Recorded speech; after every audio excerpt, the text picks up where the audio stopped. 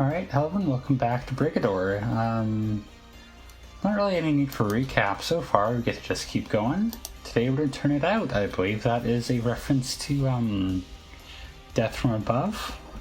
Canadians, I've gotten to see them live a few times, so that's exciting. Big fan of the band. As for the mission today, contracting with opposition like loyalist. Marvelous. I hope we're not boring you, Clotilda. It's really been a pleasure. This contract should be the last of us deigning to provide any instruction to you while you do such beautiful work. This is Al Wrightson, by the way. I'll be keeping an eye out for you for your next contract appearance. Alright. Don't know what that entails yet. I guess that's part of the world building that we're so engaged in, but otherwise, I guess we'll try to make our way here. Alright, will that... I've never tried that before. Let's just try it first. We'll go over the... Oh, it will go over the...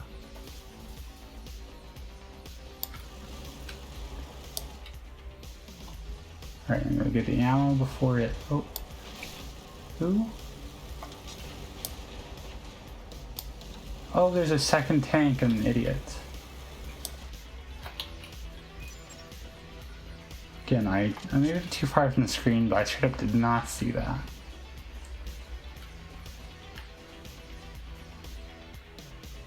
Okay, so that's good to know, I guess.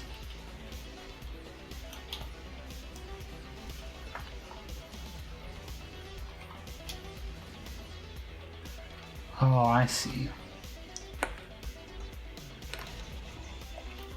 And then go like this. Oh. I don't know how much help it's really providing, but gotta remember we can just walk backwards too. I like how they're teaching us like tactics.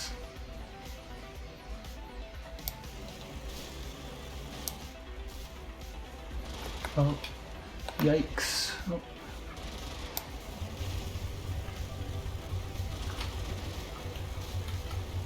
Oh. Why can't I move right now?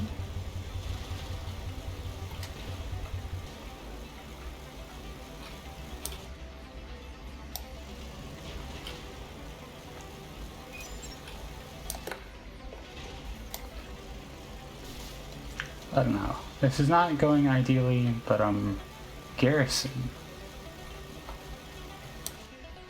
I think that's all of them. Also, I'm running out of ammo here.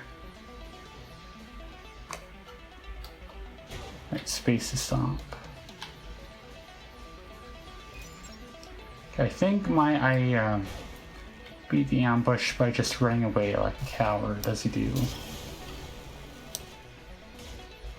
Are we good? Can I leave? Because I'm almost out of ammo. I do like how they limit your ammo. That feels like you could have interesting strategic consequences for the future. I didn't even use my second head ammo. I wonder if you can fire both at the same time. I should try that for the next time. But in any case, that was Turn It Out. As always, we had 4 minutes of great gameplay, and then we get like 15 minutes of me yapping about Intel. You start out, we are going to go with the we're going to pick up where we left off. We got Loyalist Power Suit Dorothy. Not content with mounting the weapon on every other vehicle imaginable, Central demanded a power suit capable of fielding stubbies, the short-barreled Blau variant.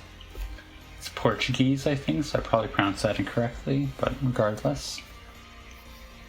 The Design Bureau delivered a giant metal shuttlecock with a 2400mm mortar on its shoulder.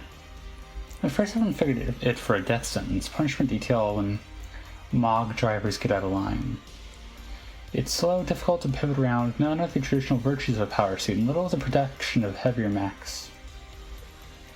Leg actuators fail on you, and you'll probably bleed out from crushed femurs, honestly.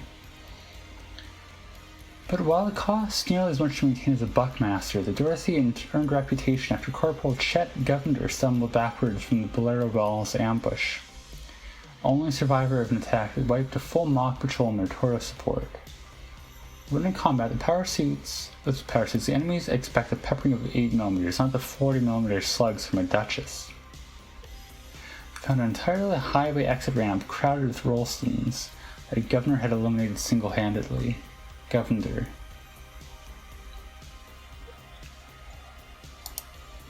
We got the Pelennor. Some of the more uncommon power suits, an auxiliary mount, and the distinctive left-hand shield plate. The Pelennor is better equipped than a Mongoose and can take twice the beating, basically a command variant. Better comms, longer range, better than a Mongoose in most respects, saves a much larger profile. We can't keep pace with larger leg units, so it tends not to be paired as frequently for escort like the Mogs. They'll take a Carlos on the chin without breaking stride.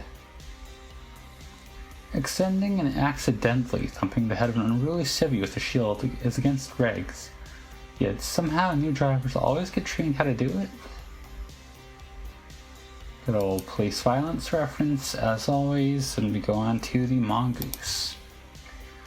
A Nova Solo variant on the basic pattern of power suit heavy lifter that's served all over the outer colonies. The average NEP Mongoose, or Mog, has been decommissioned, retrofitted, rebuilt, scrapped, demilitarized, and recommissioned so many times they have a bad reputation with recruits. Even after a complete rebuild, the cranial jack tends to retain a certain personality, let's say. Rookie Mog drivers would call it a ghost, but that's being dramatic with issues with biofeedback. Tough, versatile, the Mog is the backbone of mechanized infantry, and so ubiquitous that Mog became a catch-all for power suits as a whole. They may just be so much scrapped on foot of a Toro, but coordinated attacks from an entire squad is no joke.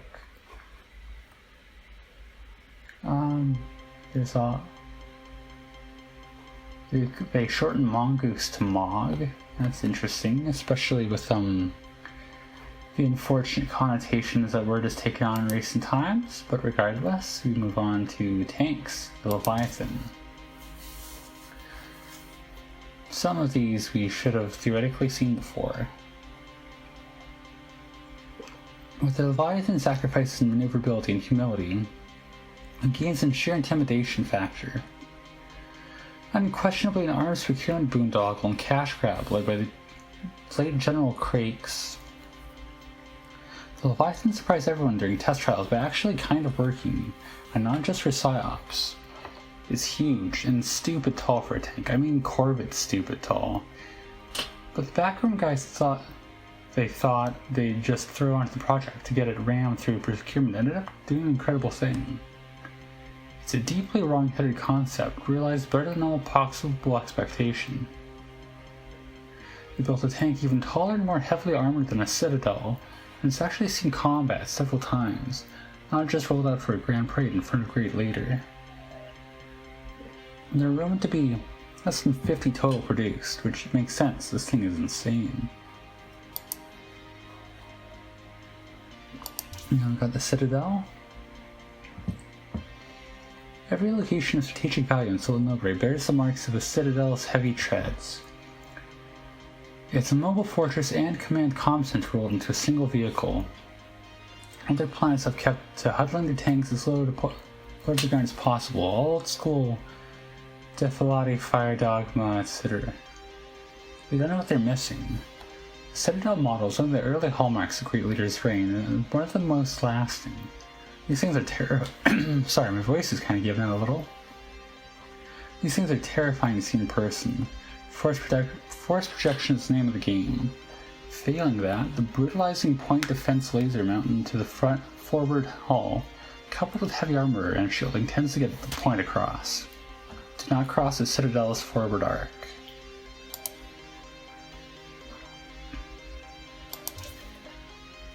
We've got the Lomo. The Leviathan program was successful beyond expectation, but as impressive as the design is, costs, overruns, and production capacity stopped it cold. Leviathans were produced in such a low number compared to the requested quota that they ended up filling out the rest of the compromise design, the Lomel. The name has several disputed origins, now lost to history, but remains a glorious Leviathan upper attached to a low-profile hull.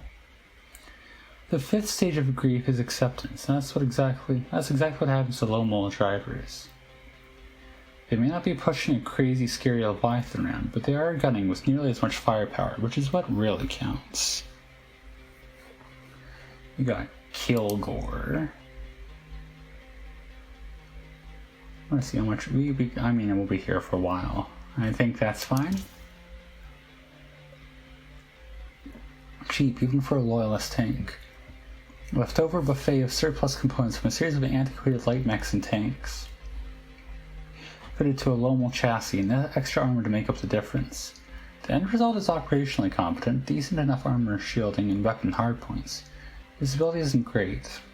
Driver and gunning compartments are the same size as were in the original light mech component designs. You're probably going to survive driving one, but you aren't going to like it. At least the thing runs reliably. Then we got the Scarab. Scarab duty is anything but glamorous, yet I find Scarab drivers, who simply refer to themselves as Scarabs, are held in quiet esteem by their mechanized peers. The advent of combat rechargement shields meant that on top of mechanics, vehicles operating on the front need their own form of medics as well. Given a properly maintained rotation, Scarab teams are able to field reset at regular intervals the shielding rays of a force several times their number, dramatically increasing the survivability and operational capacity of the receiving drivers. However, this utility also makes them the first targets pursued in any conflict, and it's no wonder Scarab drivers suffer one of the highest mortality rates in the NEP. Scarabs themselves have a bizarre internal culture, most notably in their intense gallows humor and inscrutable rhyming slang. For example, Scarabs will never acknowledge a former crew member as dead. They simply with Holly, a reference to Holly Hill, one of the original Texas 7 dancers, which rhymes with Butcher's Bill of the crew member having paid it. Other drivers, at least the smart ones, tend to be very deferential towards their Scarab support, even if they don't understand what they're saying most of the time. Well, the more of these we do in a section, the more we get through, so we may as well just do another whole section here. Baltimore, that's a city, I believe. Baltimore is a cost-cut version self-propelled gun platform built on a Canmore chassis. Shares about the same firepower as a Canmore, but with the exposed crew. It just can't take the punishment that a Canmore or most NEP tanks can. It shouldn't need to, and SPG like it should never see the front lines, but the NEP has been overextending for too long. Everything makes it to the front. Canmore, that's a town in Alberta. I've been there before. Proof that some things can't be improved on easily. It's too heavy, sits taller than it ought to, turns slower than it ought to, and yet tankers adore it. The handling is charitably spongy at best, but the mountain of hull armor and good shielding means that rookies and veterans alike get that many more precious seconds to bring their gun to bear against their foes. During the Troubles, is this game set in Ireland? What do you mean during the Troubles? During the Troubles, these things were both the scourge of dissidents and reassuring symbols of real permanence, the kind of thing we've all been training for in this city. Probably because the design of the tank predates the founding of Solonobra by several years at least. The Canmore will continue serving this regime the next, and whatever's after that too. You got the Drummond. Nobody remembers or cares about this ship besides me, but the entire fleet of Drummonds are actually just obsolete Ville builds with a comically ugly but functional glasses plate bolted up front. The Ville Bell was one of those completely misbegotten early colonial designs. You know, the good old days, when everyone was just head over heels in love with living on a new planet. And by that I mean try not to get killed by the new planet. More interesting in basic survival and steadily recreating the worst that life in our cities had to offer, that kind of thing. Anyway, the Vilbel was this cheap, underpowered, and undergunned IFV that was used for basic peacekeeping and occasionally even for expeditions beyond the wall. It was light enough that it didn't get mired down in mud anywhere near as often as other tracked vehicles heavier than a tread bike. Under the reign of Great Leader, may his memory not be forcibly expunged by law in the coming weeks, the Vilbels got torched regularly during the Troubles. So much that the whole fleet got mothballed, but only for a time. Riots and corvid strikes got bad enough that they just needed more vehicles on the front line, and with just enough armor on the front only to keep them from exploding as quickly as they did before without needing an improved power plant. Give it a new designation to throw off all the tankers that would rather go AWOL than crew a Vilbel, and you get the Drummond. We got the Tinker. The Loyalist Warhorse. 2 main gun emplacements, heavy ram damage, and everything else set standard. Once upon a time, it was the default for armored conflict, but heavy mechs have increasingly taken over the role. These days, the Tinker largely serves on the domestic side. Everybody knows the design, so if the NEP needs to muscle someone, they'll just send a few Tinkers over, tell them to get ready to have their house plowed under. Still, most of these units remain combat ready, and more than deserve their current status as second-line vehicles all around the colonies. When it comes to all-round combat utility, there are tanks that can match the Tinker, but none that really top it. We got Addicts. Essential, ubiquitous tank destroyer. Outdated control surfaces, but tough, reliable, and easy to service. A low-slung Abbott cannot cannon on treads, and not much else. With a larger crew than is now typical for a tank its size. Common variation you see is torching off the stowage railings up top for an even lower profile. Not regulation, but smart, and the more abuse an Addicts takes, the better it blends in with the outer sectors you see them haunt. The left-hand side sheath for unditching planks may be my favorite design feature in a tank ever. Not a lot of armor, but Addicts crews know they shouldn't be hanging around in any one place or tilling anyway. Off-duty is another story. You'll always find them loitering on their vehicle, basking in their special brand of humor and vulgarity. To end things today, we'll look at the Prowler. NEP brass likes the heavy stuff, but once in a while the design bureau can slip past a real versatile design like the Prowler. The trick is to give it some kind of bullshit designation like Rapid Assault AFV, and then stuff as much power plant in while they're not looking. Nice low profile, operates well in urban environments. The Prowler balances speed and armament well. Open up the engine on the straightaway and the speed is there, perfect for flanking, even if the boost is only for short bursts. I want to say how much are the pilots? They're all about... they're several million-ish.